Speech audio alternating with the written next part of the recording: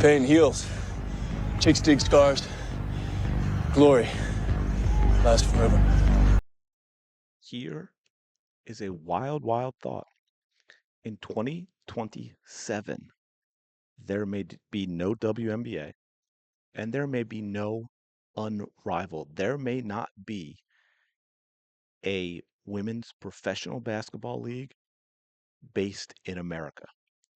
With the way things are going and the way the women are acting, when the women, the players, I'm sorry, I should say, I guess, and what it is they're offering and the way they're talking and having Napheesa Collier saying things like how, she's better at running a professional basketball league than those in the WNBA, which is really, let's face it, the NBA, which has been pretty successful. You know how she's talked about she's running a sustainable business. You remember that? Sustainable business.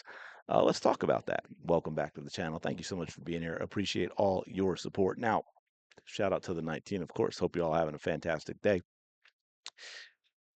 I've done what, one video? I think one video on Unrivaled, and that there's been stuff to do, but I've kind of taken a pass. I've tried not to go full on clickbait like I've been seeing some channels doing, desperate for videos, but we do have to talk about things from time to time. And so finally, we got another look at some ratings, and this is on a Friday evening.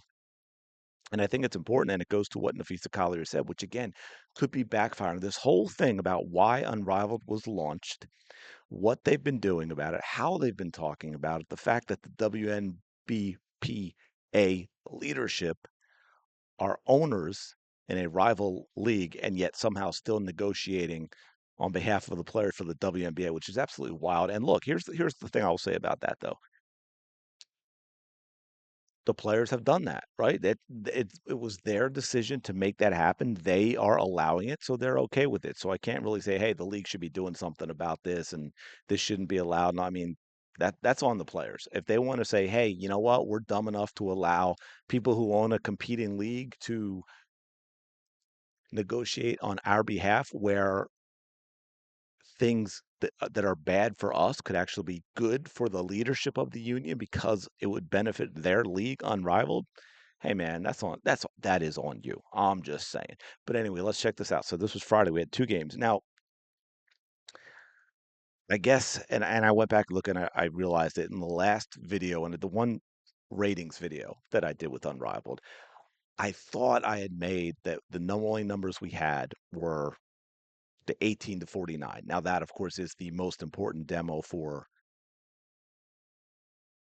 the advertisers, but it is obviously not the total thing, but the total number also down significantly. So here's I'll give you an idea. I'll show you both. Last time we went and we had games at what 20,000, 30,000, and 40,000, I think it was in that demo. And as you can see here, if we look down, we've got the doubleheader here, Breeze v Hive, and the Breeze again. The Breeze, hey, Breeze, isn't that those young bucks, right? They're young and turnt. Kind of a wild way to phrase it when we're talking about the WNBA that absolutely likes to turn players. But anyway, uh, staying on topic, Paige Becker's Breeze, right? Paige Becker's, we talk about, I mean, wasn't it the head of Unrivaled to talk about what a cultural impact Paige Becker's has made? Here you go, folks. Paige Becker's is it playing for the Breeze, playing for the Breeze. So you would think that the opportunity to watch someone like Paige Becker's, the Paige Becker's, the cultural icon, that would be something no one could pass up, right? I mean, how could you pass up something like that? So here we go. Now we have the total number and the demo. Paige Becker's. This is the big Paige Becker's game. The demo 18 to 49, 30,000 people. 30,000 people. Oh, just so you want so with the total 110,000 people. So if we scroll up here, you can see 18 to 49 viewers. in the millions and it's 0.11, that is 110,000. Of course, the game after Vinyl v Rose, like 30,000 in the demo, 100,000 total. I believe the average for the end for Unrivaled for the entire debut season last year was, I think, 208,000. You can see the number, and of course that went down dramatically as the season went on. You can see how the numbers are have cratered even from that, which was a bad number to begin with. This is almost half of what the average was last year, and that average was not high enough to be a sustainable business. So it is going to be very difficult for those in Unrivaled, Napheesa, Collier, Breanna, Stewart, to be using Unrivaled as leverage for negotiations in the WNBA, unless they just get so desperate that they really want to save their league.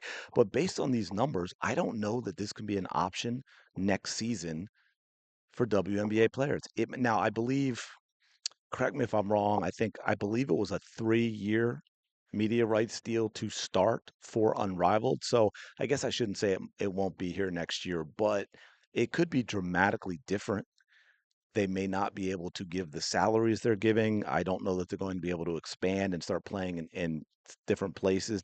And to be fair, I will say if they can absolutely 100% minimize expenses, which I think is what they've done anyway, this whole one location thing, that then maybe it is still viable. Would love to see the numbers in this league because basically no one is watching. This is almost half almost half of what the not so great ratings were last year, including opening night, right? I mean, these numbers are not much different than opening night, which usually that is what is going to be getting a bump. And it's wild. I was just hit me. This is a little bit off topic, but still Unrivaled. I see a lot when Unrivaled was starting. I saw, I've seen a lot of people talking about how good they are at marketing and social media. They're so good at social media, and it's so much better than the WNBA. And they do social media great, and this and that and blah blah wolf wolf. And but what has that gotten them? So that's again, it's ultimately the bottom line that matters.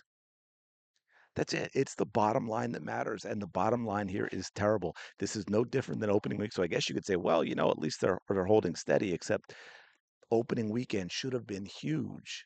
Should have been huge.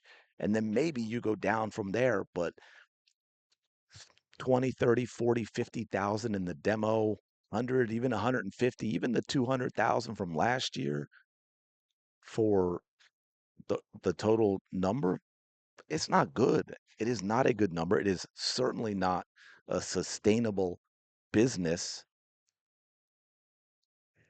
We have gone, this is crazy. This is what I'll finish with this. We have gone from the incredible buzz that surrounded Caitlin Clark getting drafted and entering the WNBA after her college career to